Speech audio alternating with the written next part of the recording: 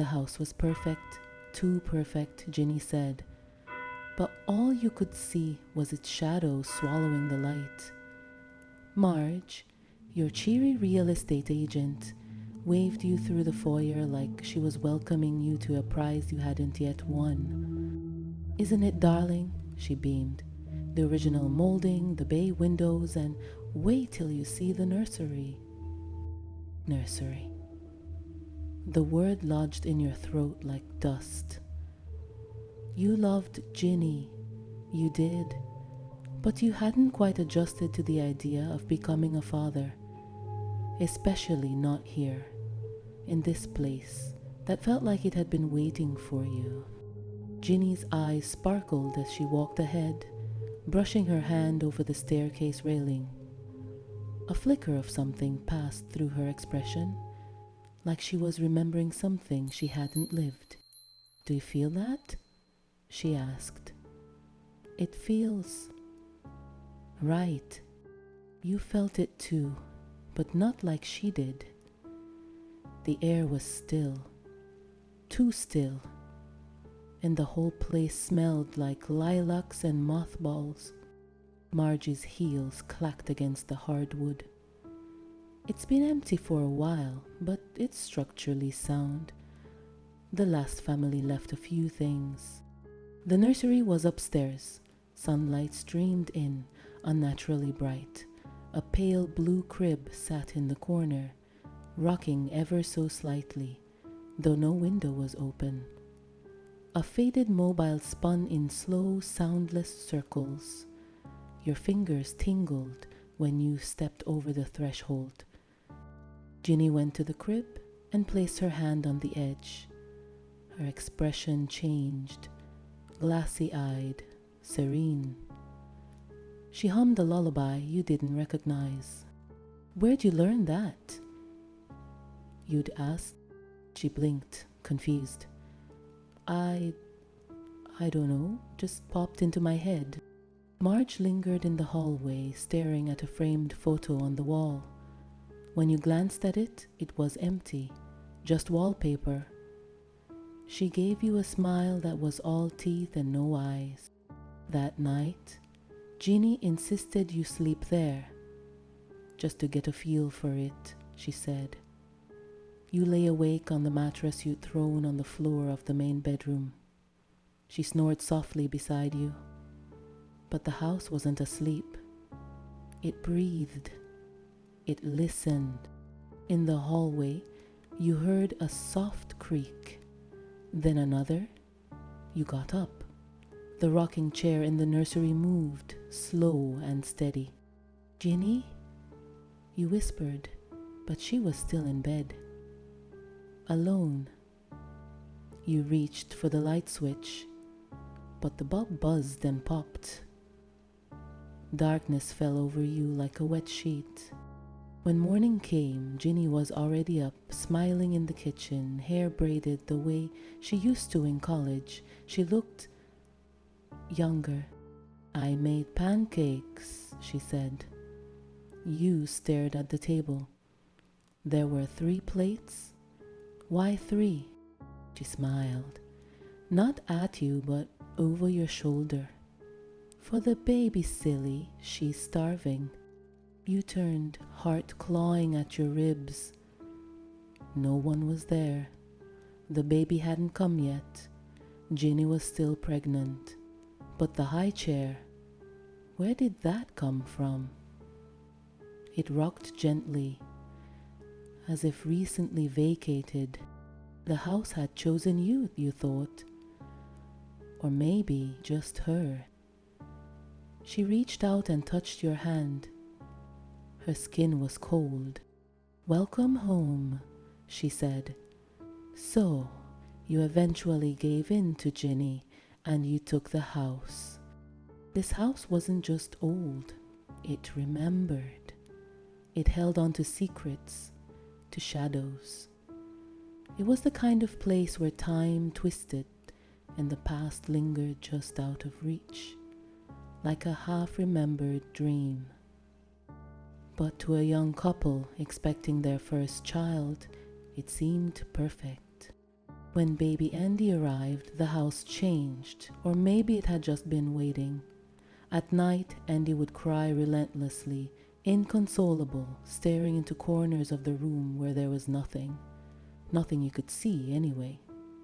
Jenny hated it, said it gave her the creeps. You dismissed it, tried to keep things grounded. Babies cry, you told her. But deep down, you felt it too. Something wasn't right. You decided to focus on bringing warmth into the space. Life. So you bought plants. Lush, green ones. You and Ginny picked them out together, choosing hardy varieties that needed minimal care. You placed them in sunny windowsills, on coffee tables, in corners that felt too empty. But within days, the plants began to die. Not just wilt, but wither. From the inside out. As if something unseen was draining them. The leaves shriveled and browned, curling in on themselves like they were gasping. The soil dried and cracked, even though you kept it watered. Soon every pot looked like a miniature grave. The air grew heavy, thick with the rotting scent of decomposing life. The vibrant greens faded to brittle grays. The houseplants, meant to bring joy, now resembled something out of a horror film, gnarled, skeletal remnants of what once lived. It tried everything. Different plants, different methods. But nothing survived except the ones already on the patio when you moved in. It didn't make sense. You weren't new to this. You'd been gardening since you were a child, had a green thumb before you even knew what that meant. This wasn't just failure, it was sabotage. But by whom? Or what? You decided to try something else. Something that moved. Something that could bond with Andy and bring happiness into the home. You got a kitten and a puppy. Ginny instantly adored the kitten. I didn't even know I was a cat person, she laughed, holding the purring thing in one arm, Andy in the other. I never had pets growing up. He's so sweet. I think I'll call him Prince. But like the plants, the animals began to fade. They grew weak, sickly. Their eyes dulled, their fur thinned. You took them to the vet, but nothing helped. Prince went first. He died slowly, in agony. His little body convulsed. His once bright eyes turned glassy and hollow. His fur, once soft, became matted and coarse, clinging to brittle bones. The room filled with the stench of decay, a pungent mix of death and fear. His cries weakened until they stopped altogether, and when they did, the silence that followed was worse. Pop the puppy had seemed different. He bonded instantly with Andy. There was an innocence in that connection that felt sacred. The first time they met, Pop padded over to the crib, tail wagging, body quivering with joy. Andy reached out with tiny fingers and grabbed a tuft of fur. The puppy leaned in, nuzzled him gently, let out a soft sigh of contentment, and curled up protectively by the crib. You and Ginny had smiled at each other then. For a fleeting moment, the house fell alive with hope. But it didn't last. Soon, Pop's eyes lost their spark. His limbs shook. He stopped eating, stopped playing. He withered, just like the kitten. Just like the plants. His fur dulled and thinned. His breathing turned shallow, and his body began to fail. You held him as he spasmed, feeling each painful breath, until there were none left. You buried him in the woods with Prince. Neither of you spoke. The horror wasn't just in the death, it was in the pattern. Everything you brought into the house died, and something in the house thrived. You and Jeannie stopped speaking as much. Arguments flared over nothing. Every glance felt like a challenge, but disturbingly you realized something else. After each death, there was calm. When the plants died, you and Ginny had a peaceful evening. When Prince passed, you shared dinner without a single complaint. After Pop, there were nearly 4 days of bliss. Laughing, talking, touching. It was unnatural. You sat with that thought for days before finally sharing it. You expected Ginny to laugh. Instead, her face went pale. She'd been biting her nails, a habit she never had before. "I know what it wants," she whispered. You stared at her. What wants? She didn't blink. "The house. It wants to feed." Her words landed like stones in your chest. The room felt colder. From that moment on, you couldn't shake the dread. You felt watched, hunted.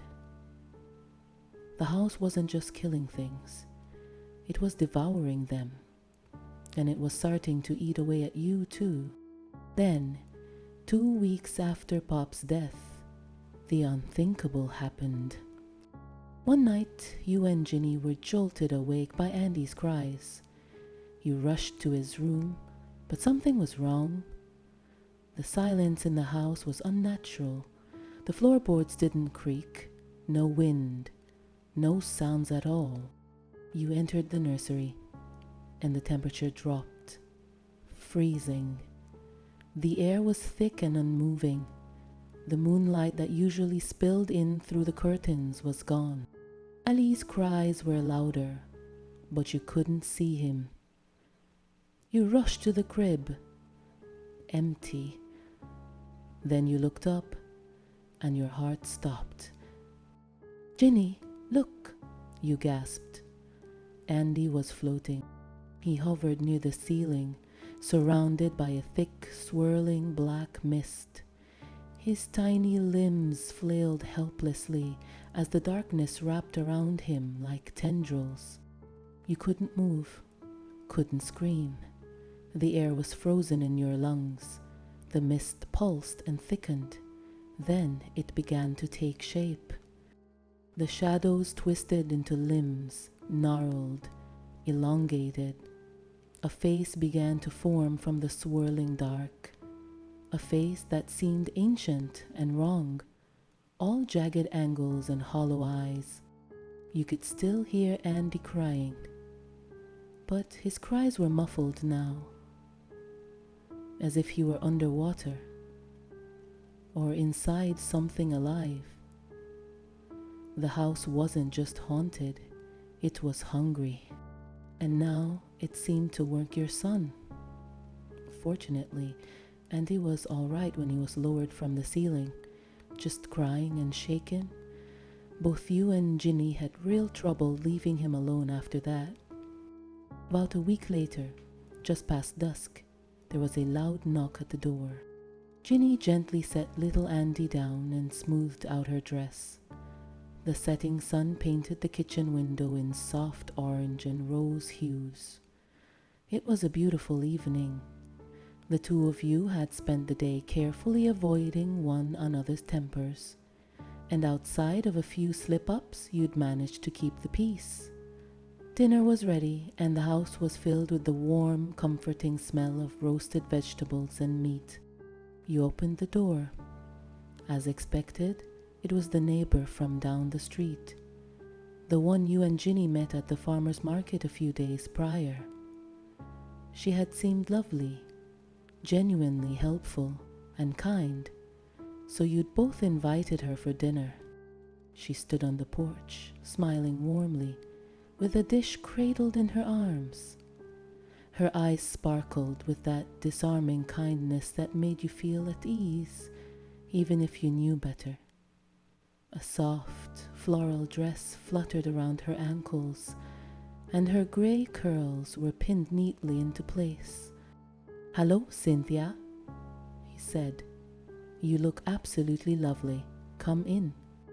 "Oh, Aaron, how sweet of you," she replied with a twinkle in her voice. "I brought something. I hope you don't mind. I couldn't come empty-handed." She handed over the potato salad, and it smelled divine. Inside, Cynthia admired the house as she walked in, complimenting the decor, the cozy touches, and the warmth. She made herself at home effortlessly. Dinner was cheerful, pleasant even. Cynthia doted on Andy, cooing and making faces, offering her nanny services anytime you and Ginny might need them. She spoke about how times had changed, how having a baby didn't mean giving up your life or your career. "I'm happy to help with little Andy whenever you need," she said with a wink. "I just love children." She was charming, sweet even. After dinner, the three of you settled in for a round of drinks and a game of cards. Laughter filled the living room. "Uh-oh," Cynthia said suddenly. You and Ginny glanced at her, momentarily worried, but she only waved a hand and chuckled. "Just a quick bathroom break. Where is it?" Ginny stood and gestured down the hall. "This way," she said politely. As Ginny led her toward the guest bathroom, you exchanged a knowing glance. Once Cynthia stepped inside, Ginny quietly turned the key and locked the door from the outside. Then she returned to the living room, and the two of you sat in silence, your nerves stretched tight. After a few minutes, the rattling began. Cynthia was finished in the bathroom and trying to open the door. "Ginny, Aaron," she called, confused. "Silly me. I must have locked myself in. These old houses," she laughed. Neither of you answered. "Hello? Ginny? Aaron?" Her voice grew sharper, more urgent. Panic crept in. You picked up Andy and quietly made your way upstairs. For a while, you listened. Cynthia screamed, then whimpered, then begged. You both sat in the dark, trying not to react. You'd done your part. The rest was up to the house. Eventually, silence fell. You went to the bathroom and slowly unlocked the door. As it creaked open, a wave of unnatural cold air hit you. Cynthia was slumped against the wall, eyes and mouth agape, unmoving. "Oh my God," you whispered.